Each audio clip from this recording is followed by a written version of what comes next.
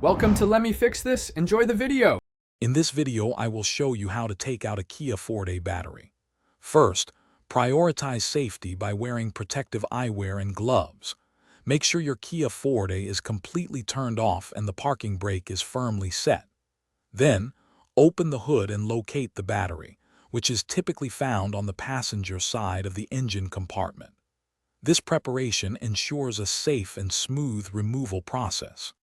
Now, let's disconnect the battery terminals. Always start with the negative terminal to prevent electrical shorts. Use a 10mm wrench to loosen the nut on the negative terminal, then carefully remove the cable and tuck it away from the battery. Once the negative is clear, proceed to loosen and remove the positive terminal cable in the same manner. This sequence is crucial for safety.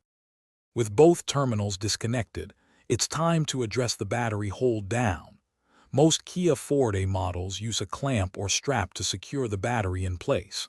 Locate this mechanism and use the correct size wrench or socket to loosen it. Once loosened, carefully remove the hold down entirely from the battery tray. This step allows the battery to be lifted out without obstruction. Finally, with the hold down removed, you can now carefully lift the battery out of its tray.